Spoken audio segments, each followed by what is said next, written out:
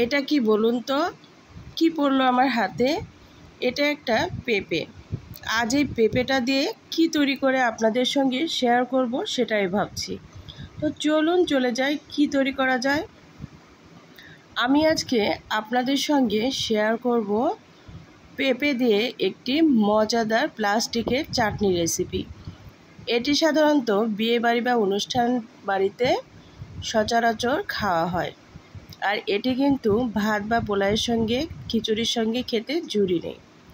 আসসালামু আলাইকুম, Monira blog kitchen থেকে আমি মনিরা বলছি। আজ তৈরি করে দেখাবো পেঁপে দিয়ে প্লাস্টিকের চাটনি রেসিপি। পেঁপেগুলোকে এভাবে টুকরো করে কেটে নিয়েছি, আর উপরের যে সবুজ চামড়াটা থাকে সেটা একদম মোটা করে কেটে নিয়েছি যেন সবুজ অংশ না থাকে। এখন আমি রান্না করতে চলে আসলাম। ফ্রাই প্যানের মধ্যে পানি আগে থেকে গরম করতে রেখে দিয়েছিলাম। পানিটা যখন মোটামুটি গরম হয়ে যাবে তখন আমি এখানে পেঁপেগুলো দিয়ে সেদ্ধ করে নেব। 2 থেকে 3 মিনিট বা 4 মিনিট এরকম সেদ্ধ করলেই হয়ে যাবে। তো পেঁপেগুলোকে আমি ভালোভাবে সেদ্ধ করে নিয়েছি। এখন চুলাটাকে বন্ধ করে পেঁপেগুলোকে একটা স্ট্রেনারের সাহায্যে পানি ঝরিয়ে উঠিয়ে রাখব।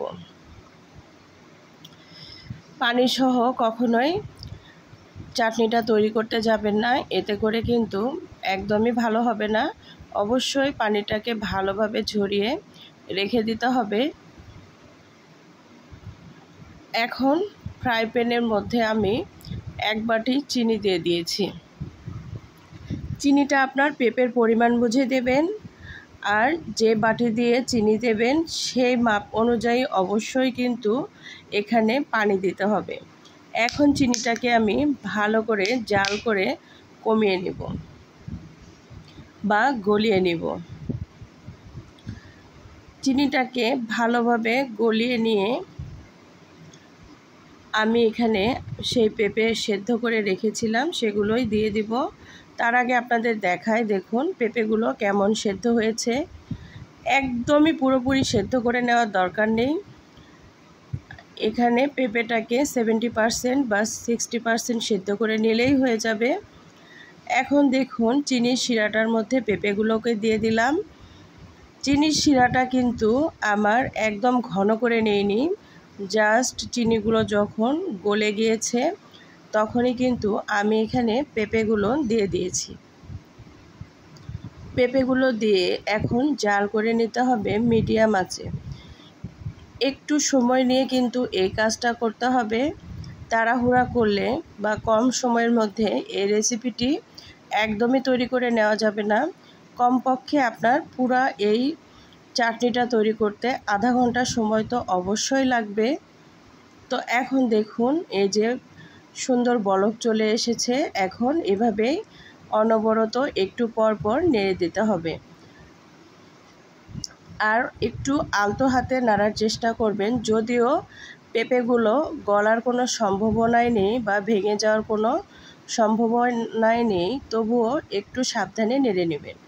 এখন এই পেঁপেটাকে আরও টেস্টি করে তোলার জন্য এখানে আমি কিছুটা স্বাদ অনুযায়ী কাজু বাদাম আর নিয়েছি কিশমিশ। আপনাদের পছন্দ মতো এখানে ড্রাই ফ্রুট ব্যবহার করতে পারেন, তবে কিশমিশ আর বাদামটা দিলেই খেতে অসাধারণ লাগে। এখানে কিন্তু এই উপকরণগুলো দিয়েই এই চাটনিটা তৈরি করব। আর এখানে কিছু দিয়ে দিলাম লবণ। লবণটা অপশনাল, আপনারা চাইলে লবণটা স্কিপও করতে পারেন, তবে লবণটা দিলে আলাদা একটা ব্যালেন্স তৈরি হয় যেটা খেতে দুর্দান্ত স্বাদের লাগে। আমি এখন সবগুলো উপকরণ এভাবেই নেড়েচেড়ে নিব। আর এখানে লাস্টের দিকে আমি আর একটা উপকরণ ব্যবহার করব। এই কয়েকটা উপকরণ দিয়ে কিন্তু এই চাটনিটা তৈরি করা হয়। আমাদের সাধারণত অনুষ্ঠান বাড়ি বা বিয়ে বাড়ি অনুষ্ঠানে কিন্তু এইভাবে পেঁপে দিয়ে যে চাটনিটা তৈরি করা হয় সেই চাটনিটাই শেয়ার করছি। দেখুন কিশমিশগুলো কিন্তু ফুলে ডাবল হয়ে গিয়েছে। এখন এভাবে নেড়েচেড়ে মিডিয়াম আঁচে পানিটাকে শুকিয়ে নিতে হবে। এখানে কিন্তু হাই হিটে জাল করে পানিটাকে শুকিয়ে নিলে একদমই খেতে ভালো লাগবে না, বা আসল যেই চাটনিটার তৈরি পদ্ধতি সেটা কিন্তু হবে না। এর জন্য আপনাকে সময় নিয়ে ধৈর্য ধরে অবশ্যই এটা তৈরি করে নিতে হবে। তবে পানিটা একদমই শুকিয়ে আসতে শুরু করেছে। এর জন্য আমি কিছুক্ষণ পর পর একটু ঢাকনা দিয়ে ঢেকে জাল করে নেব। ঢাকনা না দিলে কিন্তু পেঁপেটা একটা সুন্দর যে প্লাস্টিক ধরনের যেটা তৈরি হবে সেটা আসবে না।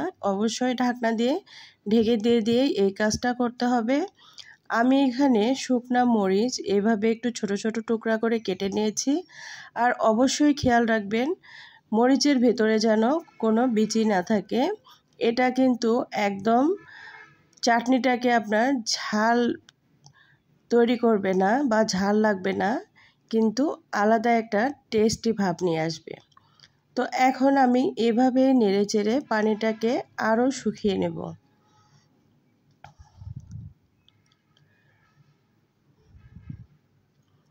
কাজু বাদামগুলো আগে দেওয়ার কারণ হচ্ছে চিনির শিরাটা কিন্তু সুন্দরভাবে কাজু বাদাম আর কিশমিশের মধ্যে প্রবেশ করবে। আর যখন আপনারা এই চাটনিটা মুখে দেবেন তখন কিন্তু বুঝতে পারবেন কাজু বাদামগুলো একটা আলাদা টেস্টি তৈরি হয়েছে। তো এই যে দেখুন পানিটা কিন্তু অনেকটাই টেনে এসেছে। আর কিছু সময় জাল করলেই হয়ে যাবে। ভিডিওটা একটু লং হলো, আপনারা কিছু প্লিজ মনে করবেন না, একটু কষ্ট করে দেখে নেবেন। কারণ পুরো প্রসেসটা যদি আমি আপনাদের সঙ্গে শেয়ার না করি তাহলে তো বুঝতেই পারবেন না কিভাবে চাটনিটা এত টেস্টি করে তৈরি করা যায়।